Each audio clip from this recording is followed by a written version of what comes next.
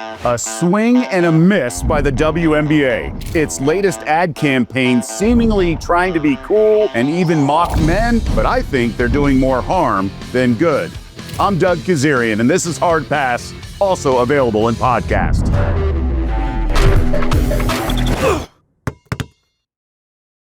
Did the WNBA score a big W or a big L with its latest Gatorade campaign, Let Her Cook? Star players from over the years featured with a sports cliche, but also a phrase that acknowledges the outdated stereotype of a woman in the kitchen.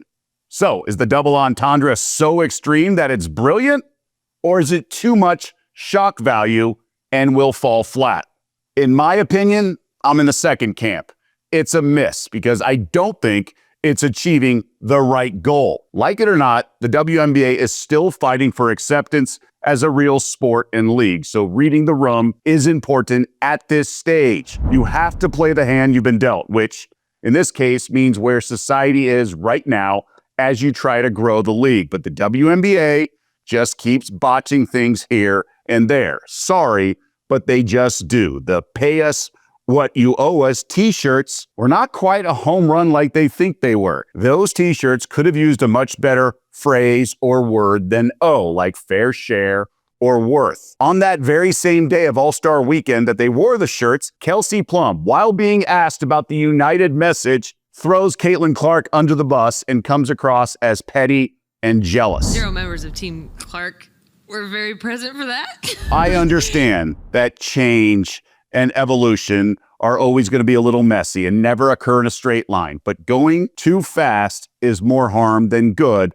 and will actually turn people away. That's why it's time for a heat check and quite the reaction on social media. Some funny, some clueless. The Washington Times, massive fail. Gatorade lands in foul trouble with Let Her Cook WNBA ad campaign. John Root, I don't think Gatorade and the WNBA fully thought this marketing campaign through, so he clearly thinks it was a mistake or oversight. And this one was comical. The Impractical Jokesters, we all know what that show is, and this is a spoof that, yeah, the people who came up with this ad campaign must have had those guys in their ears. So that joke saying there's no other explanation that someone would actively do something like that for an ad campaign. I don't think it was a complete oversight. I just find that hard to believe. It had to be intentional. No way everyone sat around a room, had the let her cook phrase, and no one thought, guys, this might be sexist. No way.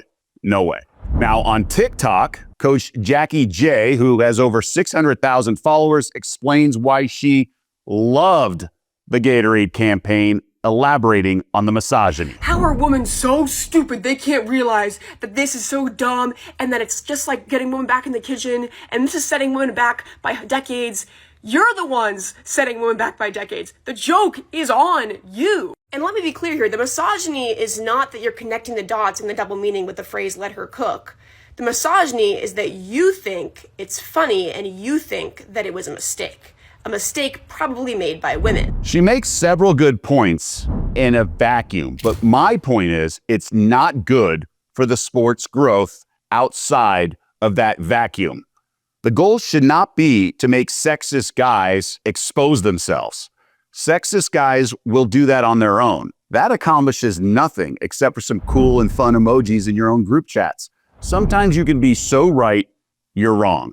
Just ask Democrats about recent presidential campaigns. You have to get out of your own echo chamber. It's not about making a statement that resonates within your friend circles who already are WNBA fans and like women's basketball. Let me know your thoughts. Join the conversation. Leave a comment. Am I being too literal, too extreme, too harsh? Don't get me wrong. The campaign was super clever, and Gatorade achieved a lot of buzz with one phrase: attention grabbing and resonating. But that's only valuable when the product needs buzz or notoriety, like a new product. Gatorade is not new unless there's a new promotion or maybe a new flavor to release. Frankly, Gatorade is a bigger company and product than the WNBA. So why do this? You're a league that's growing exponentially and the quality of play is getting better at a similar rate. Awesome to see. But to be fair, there are still Shaqtin' a Fool moments nearly every game. I mean, Just recently, a player had her wig fall off mid-game, went straight to the locker room.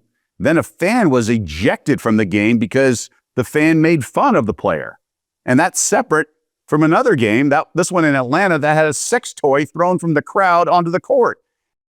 And then same night in LA, mascots backflipped and got hurt landing on one another. Again, let me know your thoughts in the conversation. Pretty wild stuff, all things considered. Just look at women's tennis. That's as accepted as men's, and it's not because there was some double-entendre, clever ad campaign with love involved, like 40 Love and things like that. No, they had solid players play solid tennis. And the missed forehands faded over time, just like we're seeing the missed layups in WNBA become more and more scarce. It's just fact. I'm of the belief that the more quality basketball you have, the more the fan base will grow. Remember, misogynists currently have or will have daughters, and they will be enlightened through that, not by your campaign feeding their stereotypes. As my mom always says, you attract more bees with honey. Just continue to churn out quality hoopers, and the cynics will become fans over time. Keep playing it down the middle. The WNBA has a lot more fans now than it did a few years ago, in my eyes, because of two things. One, Caitlin Clark, and two, connected to that phenomenon, the trickle-down effect of just WNBA games merely existing, meaning there are just more girls playing basketball at a young age because they saw women's basketball on TV. And that's also connected to the Caitlin Clark phenomenon. So you don't need ad campaigns that ruffle the feathers of people who are dismissive of the quality of the league. You just need good basketball and more of it. Sure, you want to stretch people's realization of it, but you don't want to mock them. It happens every single year, the evolution of the game. Like it or not, as crazy as it sounds, the very people the ad turned off is who you are trying to convert to fans. Let us know your thoughts. Am I crazy? Am I being too extreme?